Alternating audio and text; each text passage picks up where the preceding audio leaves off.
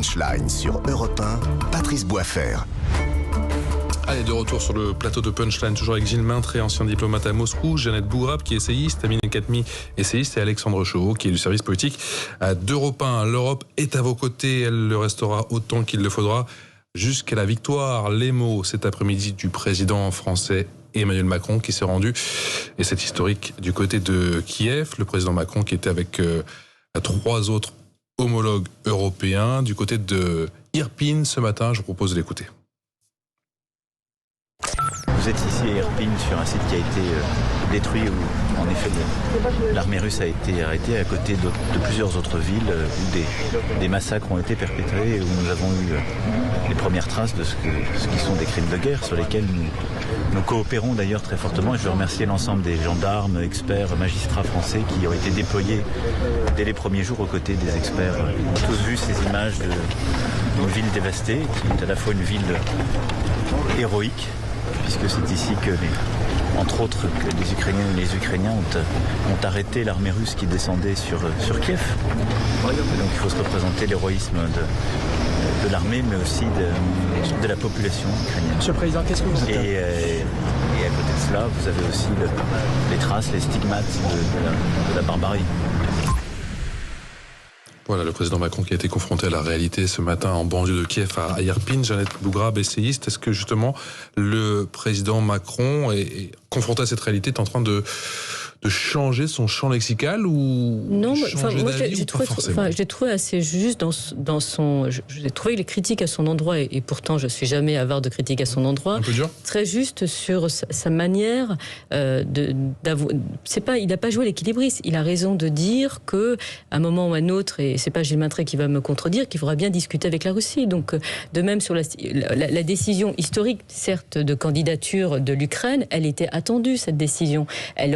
On faisait croire à un suspense, mais elle est attendue, elle est importante. C'est la partie quand il dit il ne faut pas humilier les Russes, c'est ça qui n'a pas été très bien pris de la part des La seule chose, c'est qu'on sait très bien, et sans les comparaisons n'est pas raison, on sait très bien les différentes guerres que là ce continent a connues, que l'humiliation dans la défaite, ça peut conduire au pire. Voilà.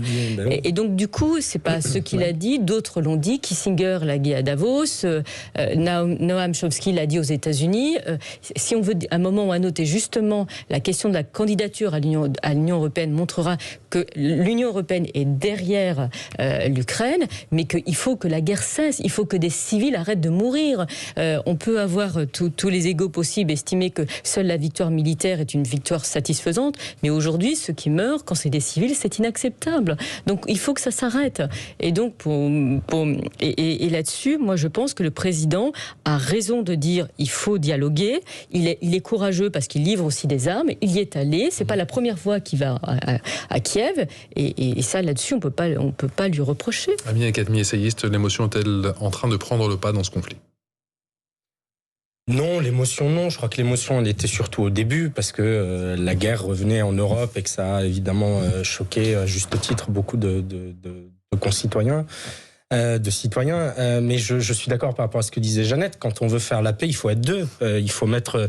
Vous pouvez pas d'un côté vouloir mettre les gens autour de la table pour négocier et de l'autre affirmer vouloir l'humiliation d'une des deux parties prenantes au conflit. Et on a des exemples très nombreux dans l'histoire récente ou plus ancienne de conflits où, y compris dans les moments les plus tendus, dans les moments les plus durs, lorsque la violence était la plus grande, il y avait quelque part des gens des deux camps qui, autour d'une table, essayaient de trouver, de dessiner ce qui pourrait être une issue de sortie. Le pire dans une guerre, c'est quand les gens ne se parlent plus. Et quand les seules choses qui parlent, ce sont des armes. Ça, c'est la situation la plus terrible parce que c'est une situation qui est sans issue. D'autant que les Russes sont en train de gagner du terrain, là. Oui. Non, mais bien sûr. Et donc, du coup... Mais ce qui ne signifie pas qu'il ne doit pas y avoir en même temps de discussion, et ce qui ne signifie pas qu'il ne faut pas refuser l'humiliation des Russes. On peut dire que les Russes ont été les premiers à agresser les Ukrainiens. On peut dire qu'ils ont commis des exactions. Il y a eu des débats. On a eu cette discussion il y a deux jours sur crimes de guerre, crimes contre l'humanité. Bref, on sait qu'ils ont un certain nombre de soldats russes et de régiments russes sont responsables de crimes absolument monstrueux. Donc ça, c'est établi, ce sont des faits. Mais vouloir l'humiliation de la Russie, c'est vouloir finalement que ce conflit ne soit jamais réglé. Alexandre Chauveau. Moi, je suis assez d'accord avec ce qui vient d'être dit. En fait, Emmanuel Macron, il a pas changé de position. Il dit toujours la même chose. Il dit d'un côté soutien inconditionnel à l'Ukraine, avec toutes les mesures qu'on a énoncées, livraison des canons César, le laboratoire mobile d'ADN, la demande de déblocage des ports ukrainiens, notamment celui d'Odessa, et de l'autre côté, du blocus, ouais, exactement. Et de l'autre côté, il est obsédé par l'idée de ne pas humilier la Russie. On sait que la confiance avait été un petit peu écornée avec Zelensky au moment où il avait dit qu'il fallait pas humilier la Russie. Là, il l'a redit tout à l'heure. Il a dit à la fin, il faudra que ces discussions aient lieu. La France a voulu humilier l'Allemagne en 1918. Et à la fin de cette guerre, il ne faudra pas faire les erreurs que d'autres ont fait dans le passé. Il est vraiment obsédé par cette idée-là. Gilles Maintré, cet appel à la levée du blocus en mer Noire, on pense notamment effectivement à la situation à Odessa, c'est un appel qui peut avoir un certain écho en Russie ou pas du tout? Mais il y a peut-être l'espoir d'avoir une négociation spécifique sur ce sujet-là, puisqu'il s'est entretenu de cette question-là en direct avec Vladimir Poutine. Ils en ont reparlé avec Volodymyr Zelensky. De même qu'il y avait eu des négociations sur les corridors humanitaires qui avaient mis beaucoup trop longtemps à se concrétiser, mais qui avaient fini, grâce à Antonio Guterres, à se concrétiser. Il y a peut-être un chemin de discussion. Mais c'est vrai que ce n'est qu'un aspect. Je pense que la venue des cas dirigeants européens, elle va vers la recherche d'une sortie du conflit beaucoup plus profonde. Donc je suis entièrement d'accord avec ce qui vient d'être dit. Et d'ailleurs, cette candidature de l'Ukraine à l'Union européenne, c'est le pas le plus important qu'on ait fait vers la paix depuis le début du conflit, parce que c'est ça qui va permettre à nouveau d'accepter les moyens d'un règlement. Maintenant, moi je noterai juste que Emmanuel Macron est quelqu'un qui aime pas beaucoup avoir tort, et donc il a dit qu'il faut pas humilier une première fois. Il a dit ça a créé plein de remous. Il l'a redit, ça a créé plein de remous. Et là il vient à Kiev, et alors il insiste parce qu'il veut dire non mais vous m'avez mal compris. Bon, moi il aurait peut-être pu choisir d'autres mots. Bien sûr, sur le fond, on est d'accord. Il s'agit de trouver une sortie qui permette les Russes ne viendront à un règlement du conflit que si ça correspond aussi en partie à l'équilibre des forces sur le terrain. Donc c'est ça quand on dit qu'il ne faut pas humilier. Sur la question d'Odessa, la seule chose, c'est qu'on a l'impression que ce conflit est un conflit entre l'Occident et la Russie. Mais il y a quelques jours, Macky Sall, et je le répète parce que les gens oublient en fait l'enjeu en termes de famine dans le monde, est allé voir Vladimir Poutine à Sochi, et Vladimir Poutine s'est engagé à laisser sortir en tout cas les bateaux avec le blé en disant qu'il ne s'opposerait pas à la sortie du blé ukrainien. La seule chose, c'est qu'il a dit que les ports étaient remplis de mines. Voilà.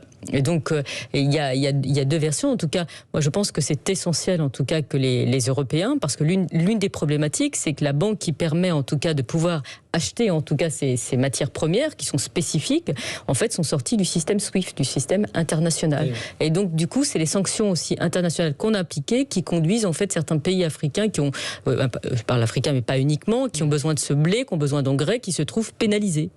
Cet appel à Amin El-Khatmi à lever le blocus en mer Noire à Odessa, il peut être entendu par les Russes? Ils l'ont accepté. Macky Sall a dit oui, donc je comprends. Je sais qu'on a du mal à entendre l'Afrique, mais il faut l'entendre. Pardonnez-moi. Non, pas du tout. C'est que je trouve que on a des pays riches, on n'a pas de problème alimentaire, on n'a pas de problème de fourniture, et donc on peut se permettre de faire ces sanctions-là pendant que le reste de l'humanité est en train de crever. Donc c'est ça c'est ce coup de sang que j'ai, voilà. Et c'est ça, moi, qui me met en colère. Et donc on peut se passer, par exemple, du gaz russe, parce qu'effectivement, on est en train de négocier avec les Émiratis. Israël. Voilà. Donc il y a eu un accord hier. Est allé en Israël. Et donc, mais tous les autres, on s'en moque. Voilà. C'est le triomphe de l'égoïsme et des pays riches. Voilà. C'est une des leçons justement de cette guerre en Ukraine. Oui, on peut être sensible à la colère, le mot est un peu fort, mais à ce que vient de dire Jeannette, c'est vrai que on a un comportement de riche. On dit qu'on veut réduire notre dépendance énergétique de la Russie. On sait très bien qu'on peut la réduire parce qu'on a d'autres partenaires avec qui négocier. Et il y a eu effectivement hier avec Israël un accord historique. Israël va fournir l'Europe en gaz, mais il y a des pays qui ne peuvent pas se permettre. On sait qu'il va y avoir avoir, il y a des pénuries alimentaires, il va y avoir des crises alimentaires très importantes dans un certain nombre de pays africains. J'ai oublié le chiffre, pardon, mais c'est l'ONU qui estimait à plusieurs dizaines de millions de personnes qui pourraient être atteintes de famine directement à cause des conséquences de la crise en Ukraine. Alors oui, on a tendance à regarder les victimes directes de la crise qui sont en Ukraine, et parce que c'est normal et parce qu'on est tous touchés, mais on a des victimes qui ne sont pas victimes de bombes, qui ne sont pas victimes, qui ne fuient pas leur ville, et qui ne sont pas des réfugiés directs, qui sont restés dans leur pays, qui sont très loin de Kiev et de l'Ukraine, mais qui sont des victimes aussi de cette crise. Et c'est vrai qu'on a tendance à un peu, pour le moins, les oublier depuis le début. Allez, vous restez avec nous tous les quatre, bien évidemment. La suite du débat, on parlera de l'Ukraine. Allez, rapidement, un mot d'éducation dans un instant, effectivement, avec le nouveau ministre d'éducation, Pape Ndiaye. À tout de suite.